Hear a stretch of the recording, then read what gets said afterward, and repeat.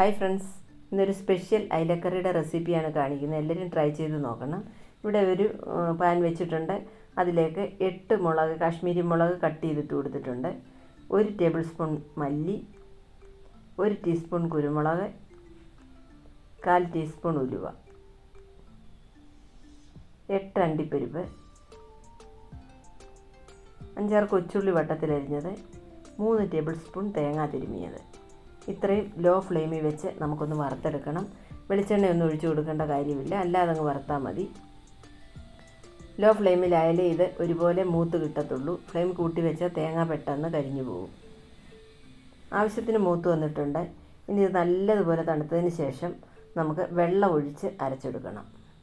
നമുക്കത് അരച്ചെടുക്കുമ്പോഴത്തേക്ക് നമുക്ക് ബാക്കി സാധനങ്ങൾ റെഡിയാക്കാം. ഒരു ചട്ടി വെച്ചിട്ടുണ്ട്. അതിലേക്ക് വെളിച്ചെണ്ണ ഒഴിച്ചു കൊടുക്കാം. 1/4 ടീസ്പൂൺ കടുക് ഇട്ട് കൊടുക്കാം. ഒരു 20 കൊച്ചുള്ളി ഞാൻ അരിഞ്ഞു വെച്ചിട്ടുണ്ടായിരുന്നു, അതിട്ട് കൊടുക്കാം. നിങ്ങളുടെ കയ്യിൽ കൊച്ചുള്ളി ഇല്ലെങ്കിൽ ചെറിയൊരു സവാള ഇട്ട് കൊടുത്താൽ മതി. പക്ഷേ കൊച്ചുള്ളിക്കാണ് കൂടുതൽ ടേസ്റ്റ്.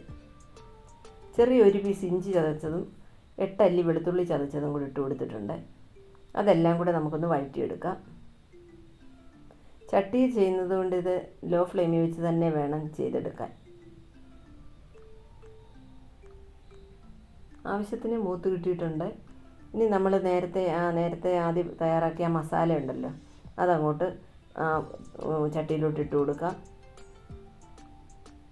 അതിനുശേഷം നമുക്കത് നന്നായിട്ടൊന്ന് ഇളക്കി ഒന്ന് മിക്സാക്കി അത് പച്ചമണം മാറി അതിൻ്റെ എണ്ണ തെളിഞ്ഞ് വരുന്നത് വരെ ഒന്ന് ഇളക്കി കൊടുത്തുകൊണ്ടിരിക്കണം.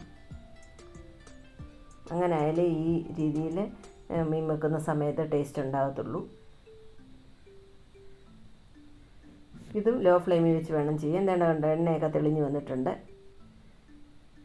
വെള്ളമൊക്കെ വറ്റി റെഡിയായി വന്നിട്ടുണ്ട്. ഇനി നമുക്ക് ആവശ്യത്തിന് വെള്ളം ചേർത്ത് കൊടുക്കാം. ഞാനിവിടെ 1.5 കപ്പ് വെള്ളം ഒഴിച്ചു കൊടുക്കുന്നുണ്ട്.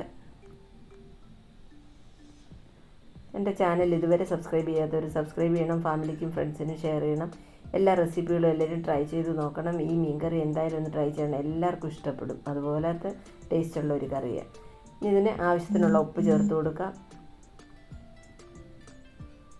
1/4 ടീസ്പൂൺ മഞ്ഞൾപ്പൊടി ഇട്ട് കൊടുത്തിട്ടുണ്ട്. 3 കഷ്ണം കുടംപുളി ഇട്ട് കൊടുത്തിട്ടുണ്ട്. 3 പച്ചമുളക് കീറിയത് ഇട്ട് കൊടുത്തിട്ടുണ്ട്.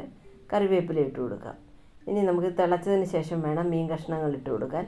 അതുപോലെ നിങ്ങൾ ഈ കുടംപുളിക്ക് പകരം വേറെ പുളിയാണ് ചേർക്കുന്നതെങ്കിൽ അത് പുളിക്കനുസരിച്ച് ചേർക്കുക. ഇത് 3 പീസ് ചേർത്തിട്ടുണ്ട്. ഇത് നല്ല പുളിയുള്ളതാണ്. നന്നായിട്ട് തിളച്ച് വന്നിട്ടുണ്ട്. ഇനി നമ്മളിതിലേക്ക് 4 അയല 2ആയിട്ട് മുറിച്ച് വൃത്തിയായിട്ട് കഴുകി വൃത്തിയാക്കി വെച്ചിട്ടുണ്ടായിരുന്നു, അത് ഇട്ട് കൊടുക്കാം. ഇനി അടപ്പടച്ച് ആദ്യം ഹൈ ഫ്ലെയിമിൽ നല്ലതുപോലെ തിളച്ചതിന് ശേഷം ഒന്ന് ചുറ്റിയിട്ട് ലോ ഫ്ലെയിമിലോട്ട് മാറ്റാം. നന്നായിട്ടെല്ലാം തിളച്ചിട്ടുണ്ട്. കണ്ടോ, മീൻ ഇട്ട് കഴിഞ്ഞ് ഏത് മീൻ കറി വെച്ചാലും മീൻ ഇട്ട് കഴിഞ്ഞ് തവി ഇട്ട് ഇളക്കാൻ പാടില്ല. ഇതുപോലെ ചുറ്റിക്കുകയേ ചെയ്യാവൂ. നേരത്തെ നിരവധി വെറൈറ്റികളായിട്ടുള്ള മീൻ കറികളും മീനിൻ്റെ പല വെറൈറ്റികളായിട്ടുള്ള ഡിഷസ് ഞാൻ അപ്ലോഡ് ചെയ്തിട്ടുണ്ട്.